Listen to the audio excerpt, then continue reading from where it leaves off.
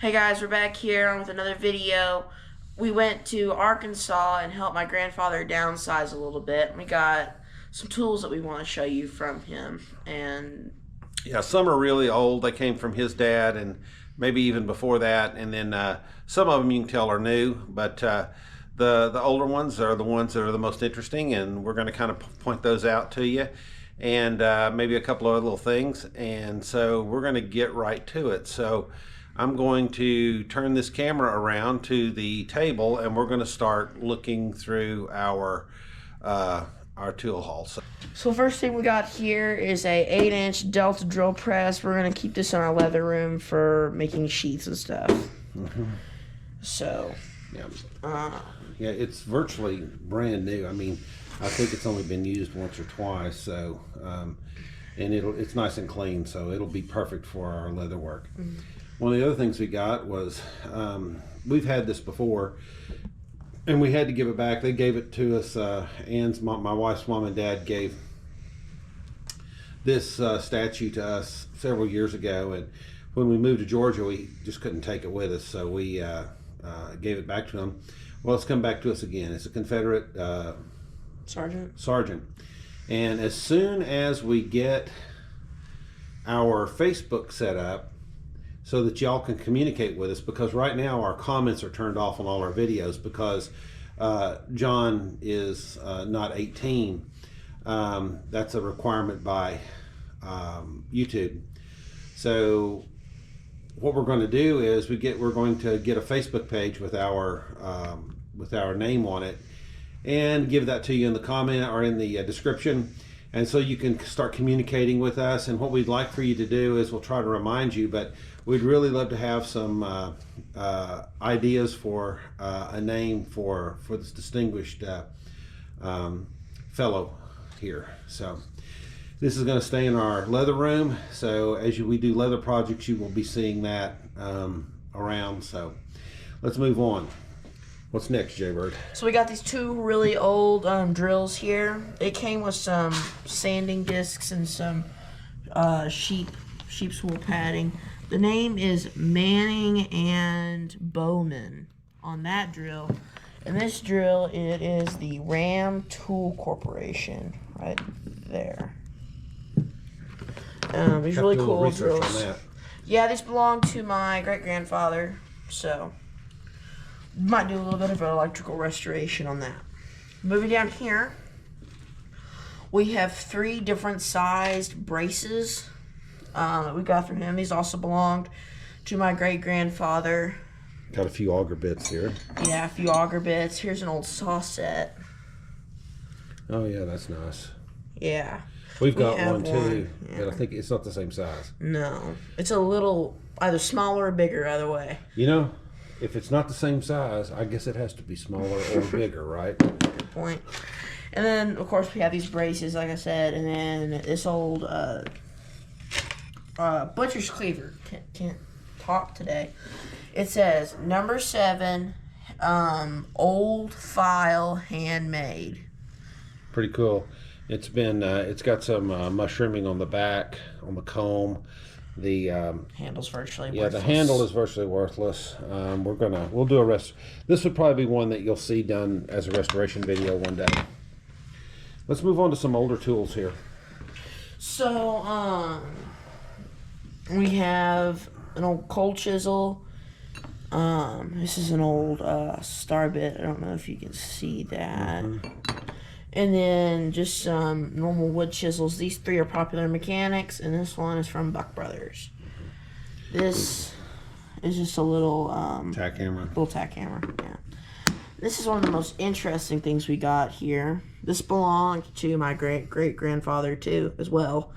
We don't really know what kind of hammer it is. If it even is a hammer, we would think it might be like a pry bar of some sort that you hit under a nail and, pry it up. But once we get our Facebook set up, tell us what you think this is, and we'll get back to that in a later video, possibly.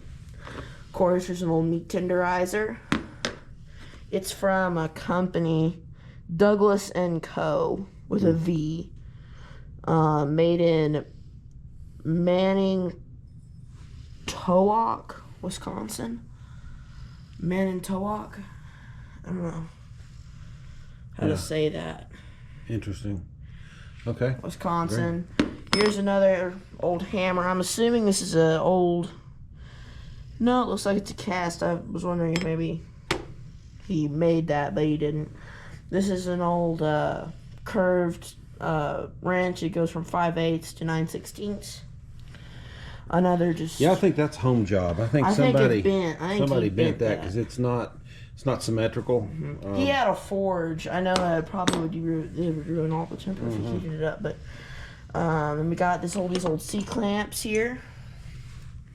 Oh yeah, I like that. These have these old little screw knobs on them there. Yeah. More C clamps. An old little hand rasp. Now we come down to these right here. Now these are very, very old. The IDs I know belong to my great grandfather. Probably, maybe 20s. Maybe they belong to my great great grandfather. I don't know really at all. But this says P349, and it has a little stamp right there of some sort. Can't really make that out. Nice. We're probably not going to do any restoration on these. We're just going to put it on our old tool wall and just have a little memorial kind of thing. And then these are the same. They don't really have any markings on them. We're thinking these are old tractor tools. And then again, when we got our Facebook account set up, comment and tell us what these are. Show some of these pipe wrenches. Okay, so we just got, a regular old pipe wrench. This is an interesting pipe wrench. I restored one almost exactly like this. Basically the exact same wrench, but it's made by a different company. Oh, here's a company. Oh, you got a video or a... Stilson Wrench. True, hang on, let's see.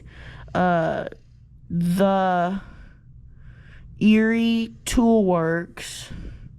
Erie, Pennsylvania. Erie, Pennsylvania, USA. Let me see if I can get... It's so... We'll get something real quick. It's kind of corroded, so it's a little hard to see. You can see the stamp there, but you probably can't read it. John went off to do something, so... This is a wrench Oh, here he is. This is a wrench that I restored. You can see they're almost perfectly identical. Hey, you did a half decent job on that, man. Look at that. Yeah. That handle is especially nice. Yeah, it's just made out of walnut. Yeah, that's especially good crafted handle right there. Huh? That's all by hand. There was no lathe work in that. It was just files and sandpaper. Mm-hmm. Yeah, well, whoever did that did a bang-up job on that handle. Definitely wasn't me, I know. But you can see even the nut is the same. I thought that was really interesting. Seriously, he did all of the work on the restoration of the metal parts. And I cut the handle or shaped the handle out of a piece of a black walnut. So he did all the heavy lifting on that one. Yeah. So that one you saw. Here is an auto wrench, and it doesn't need much restoration, but that one might be a fun one. This one is a particularly old pipe wrench. And there's a name right here we can't really see. Yeah, it's made in the USA, but it's hard to tell what the name is right now. No, probably not going to do a restoration on that. So. All right, and so here are 3 hand planes, and these are kind of interesting because these 2 right here, this one, which is a Stanley, and this one, which is basically it doesn't have a name. These were mine, and about 20 years ago I gave them to my father-in-law, and it was at a time where I wasn't able to work in the shop, and so he was starting to do some woodwork, so I gave those to him, and it was a good thing that happened because shortly thereafter I had a 20 by 20 metal building. And someone broke into it and stole every tool of mine, everything. And I mean, they even took the dust as well. I mean, there was nothing left in that room when they got done with it. Picked it as clean as a Christmas goose, as I say. And so, but these 2 survived because he had them and I didn't. So now they're back in my possession. So That's really cool. This one I'm uncertain about. I don't honestly remember that one. It's a number 5. So this one may have been his. But these two are definitely mine. Or were mine. Then we get to an old wood rest that belonged to my great-grandfather as well. I don't know if that originally belonged to my grandfather or my great-grandfather. It's an old square. You can move it to find different angles and make straights. So, the only thing wrong with we have one, but the only thing wrong with it is just that level is. Yeah, that level's. We have busted. one ourselves, and I got it at an estate sale down in Georgia several years ago. But it's nice to have that one. This is sort of an interesting piece. This is a very rough caliper and set of dividers kind of on the other side of it. So that's really an interesting piece made out of brass. It has a label on it that says AMT. I believe you can see that there. So needs a little touch up. It's got a little corrosion on it, but not bad. And then there's just an old, just a tape measure, 100-foot tape measure. There's just wrenches, a few wrenches down here, adjustable wrenches, old pliers. You're going to see a restoration on this in the future, I can guarantee that. It's an old German. Let me get this over there. Okay, let's see. Let me get it under the light. Maybe. It's an old German. See if we can see the. Let me find the word. I think right there it is. I think that says Germany there. I don't seem to be able to focus it very well, but I think that says Germany. Anyway, yeah, we're going to redo those. They're kind of an interesting kind of a set of slip joint pliers that look kind of like lineman's pliers. So kind of an interesting combination there. And then here's just an old pair of honestly lineman's looking pair of pliers. They're at the end of their life. We're probably just going to hang this up on our old tool wall.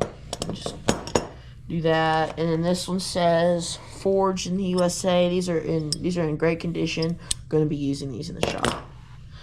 Little set of little screwdrivers. This is a little screwdriver multi-tool.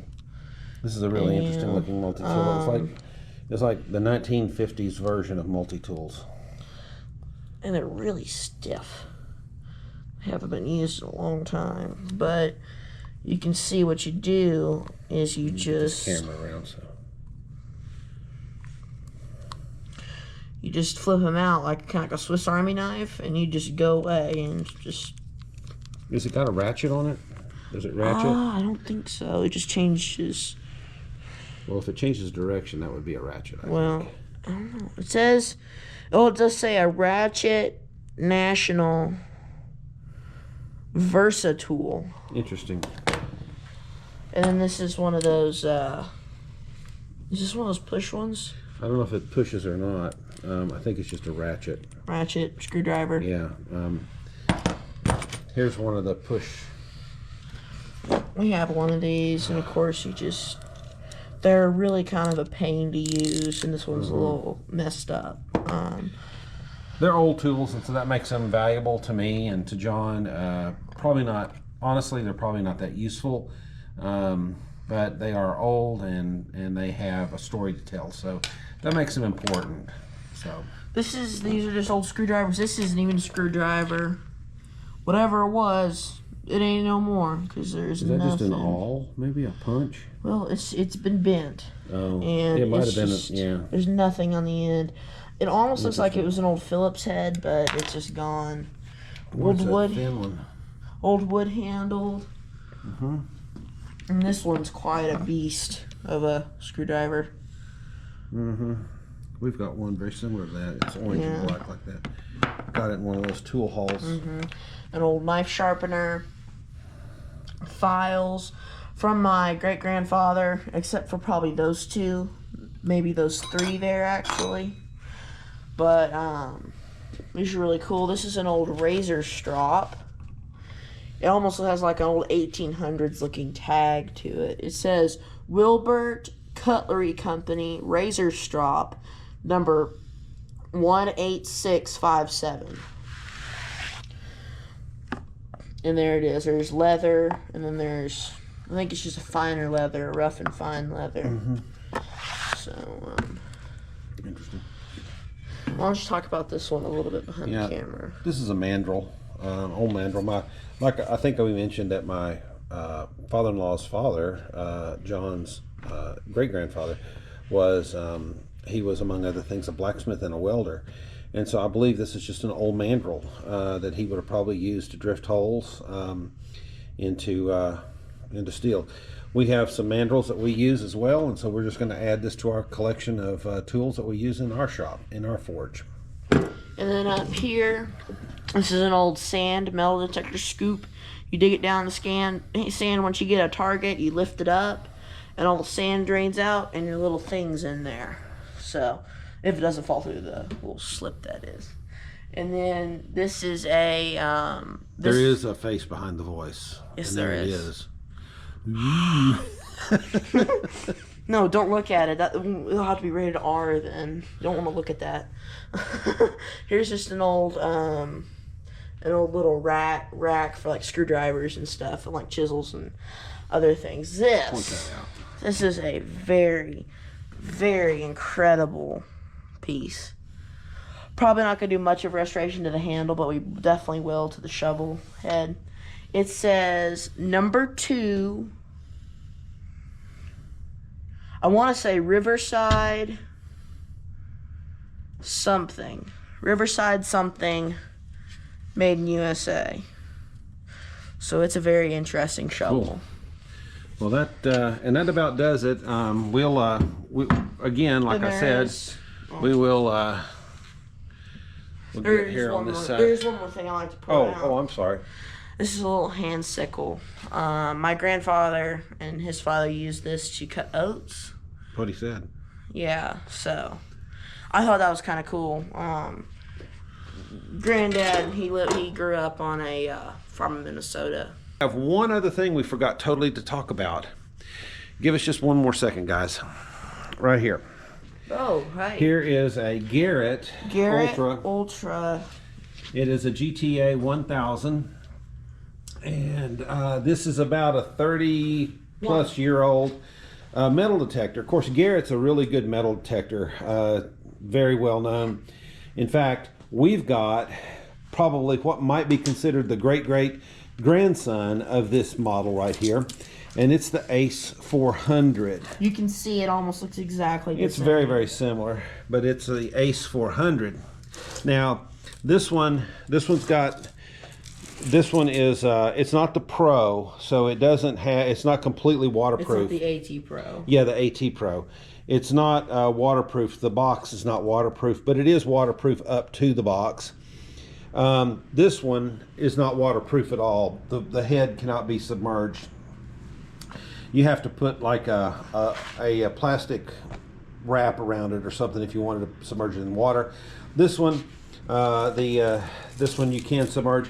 And really the only difference between the two, they're both very good metal detectors. In fact, about 30 years ago, I found 2 Monet balls. Well, I'll say I did.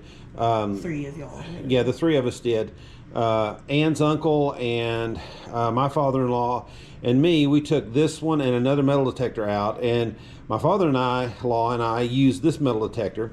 And we found 2 Monet balls and 2 Civil War buttons in East Tennessee. And so this metal detector really does work. So just because it's a little older doesn't mean it's not useful. Maybe one day we'll show you some of our Civil War collection stuff that we've got. If you're wondering what GTA 1000 means, it means the Graphic Target Analyzer. So I have all sorts of nuggets of wisdom. Don't ask me what ACE stands for, because I ain't got no idea. ACE. ACE. It's okay. Thank you. So we're going to leave it at that. We talk too much. FYI. See you later. See you later. Well, guys, we're going to finish up. We realized we didn't put an outro in the last little clip from downstairs. So we're just doing it real fast right now. Thank you for watching, and I hope you enjoyed the tool haul survey. Again, be watching for some of those to appear back as a restoration project. Don't forget to hit the subscribe button, hit the like if you like what you see here, and hit the bell notification so you know when new videos come out. Awesome.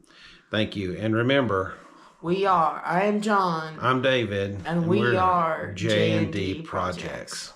See ya. GoPro stop. Recording. GoPro stop recording.